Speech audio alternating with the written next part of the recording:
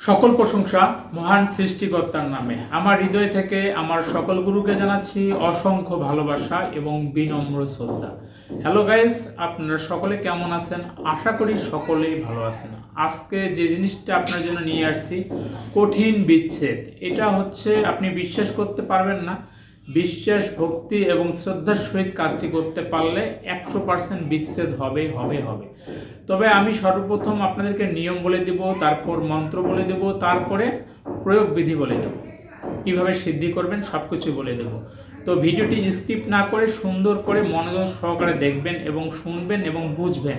বুঝে শুনে দেখে কাজ করবেন, না কাজ করলে তারপর আমার সঙ্গে কথা বলবেন, তার আগে না। তো যারা নিজেরাই কাজ করতে পারবেন না, তারা চাইলে স্ক্রিনে দেওয়া যে নাম্বার দেওয়া আছে এই নাম্বারে যোগাযোগ করে আমার সঙ্গে লিখিত বা স্ট্যাম্পের মাধ্যমে কন্ট্যাক্টের মাধ্যমে কাজ করে নিতে পারবেন। তো বেশি কথা না বলে আমরা মূল আলোচনায় ফিরে আসি। তো আপনাকে সর্বপ্রথম যে কাজটি করতে হবে, এটি একটি কোরআনী আমল, ঠিক আছে? একটি আমল আছে, এই আমলটা আপনাকে করতে হবে। আপনাকে কাজটি করতে হবে, সেটা পরে বলতেছি, আগে নিয়মটা বলে দিই। তো যে কাজটি আপনাকে করতে হবে, আপনাকে শ্মশানের মাটি সংগ্রহ করতে হবে। শ্মশান, সর্বপ্রথম আপনাকে কাজ করতে হবে, শ্মশানে যাইতে হবে। শ্মশানের মধ্যে গিয়ে আপনাকে শ্মশানের কয়লা সংগ্রহ করতে হবে। শ্মশানের কয়লা সংগ্রহ করতে হবে। শ্মশানের কয়লা সংগ্রহ করছেন, সেখান থেকে একটু পরিমাণ ছাই এবং একটি পরিমাণ মাটি শ্মশান থেকে সংগ্রহ করবেন। তারপর চলে যাবেন গোরস্থানের মধ্যে, গোরস্থান থেকে মাটি সংগ্রহ করবেন। তারপরে চলে যাবেন 3 রাস্তার মোড়ে, সেখান থেকে মাটি সংগ্রহ করবেন। তাহলে শ্মশানের ছাই, শ্মশানের মাটি, গোরস্থানের মাটি এবং 3 রাস্তার মাটি, এই তিনটা দিয়ে একটি পুতুল তৈরি করবেন। এই ছাইটি মিক্স করে একটি পুতুল তৈরি করবেন। আর ওখান থেকে যে কাঠ কয়লা নিয়ে আসছেন, এই কয়লাটি দিয়ে একটি নকশা অঙ্কন করবেন। সেই নকশাটা আমি আপনাদেরকে স্ক্রিনের মধ্যে দিয়ে দেব। স্ক্রিনের মধ্যে চলে আসলে এই নকশাটি আপনাকে, যেটাকে বলা হয় জোয়ালোক্তর সময়, সূর্য যখন মনে করেন যে উদয় হবে তার কিছুক্ষণ আগে, অথবা সূর্য যখন ডুবে যাবে তার কিছু সময় থাকে আর কি, জোয়ালোক্তর সময় যেটাকে বলা হয়। এই সময়ের মধ্যে আপনাকে এই তাবিজটা লিখতে হবে বাম হাত দিয়ে। মুখে একটু নিম পাতা অথবা যে কোনো তিতো জিনিস দিয়ে দিবেন, দিয়ে বাম হাত দিয়ে আপনি এই জিনিসটা লিখবেন। যার সঙ্গে যার বিচ্ছেদ করবেন, যদি মনে করেন যে আমার সঙ্গে যে কোনো একটা মেয়ের বিচ্ছেদ করেন, তাহলে নামটা হলো ওই মেয়ের নামটা আগে হবে। আর যদি মনে করেন যে না, মেয়ের থেকে আমাকে বিচ্ছেদ করবেন, তাহলে আমার নাম আগে হবে। তো যাই হোক, লিখবেন যে অমুকের কন্যা অমুকের সাথে অমুকের পুত্র অমুকের বিচ্ছেদ হোক, বা অমুকের পুত্র অমুকের সাথে অমুকের কন্যা অমুকের বিচ্ছেদ হোক। এটি একটি কঠিন বিচ্ছেদ, আপনাদেরকে ভাষায় প্রকাশ করাতে পারবো না, ঠিক আছে? বিশ্বাস, ভক্তি এবং শ্রদ্ধার সহিত এই কাজটি করলে 100% কাজ হবেই হবে হবে। তো এটার আসলে সিদ্ধির কোনো নিয়ম নাই, সিদ্ধি কোনো কিছু করা লাগে না এই কাজটি করতে গেলে। শুধু নকশাটা আপনাকে ঠিক ওই সময় অঙ্কন করতে হবে। যদি আপনি সহি শুদ্ধভাবে কাজটি করতে পারেন, তাহলে আমি আপনাদেরকে 1000% গ্যারান্টি দিচ্ছি কাজটা হবেই হবে হবে। তো যাই হোক, এখন আরও কিছু কথা আছে এখানে। তো আপনি পুতুলটা তৈরি করছেন, পুতুলটা কি করবেন এবং এই নকশাটি কি করবেন? তো নকশাটি আপনি ঠিক করলেন, বাম হাত দিয়ে আঁকলেন। আঁকার পরে এই নকশাটির মধ্যে একটি মন্ত্র আছে, ঠিক আছে? আমি মন্ত্রটা স্ক্রিনের মধ্যে দিয়ে দিচ্ছি।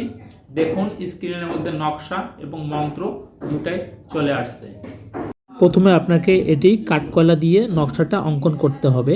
অঙ্কন করার শেষে ওই নকশার নিচের মধ্যে লিখবেন, অমুকের পুত্র অমুকের সাথে অমুকের কন্যা অমুকের বিবাদ হোক, অথবা অমুকের কন্যা অমুকের সাথে অমুকের পুত্র অমুকের বিবাদ হোক। তারপরে মন্ত্রটা 41 বার পাঠ করে 41 বার ফু দিবেন। মন্ত্র কিভাবে পাঠ করবেন সেটা আমি বলে দিচ্ছি।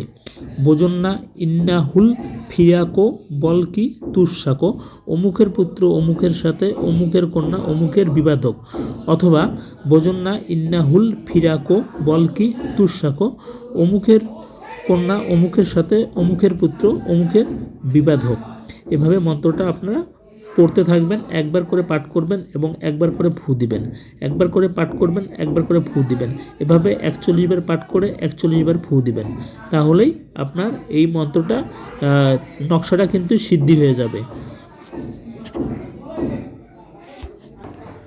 তো এটাই ছিল মন্ত্র এবং নকশা।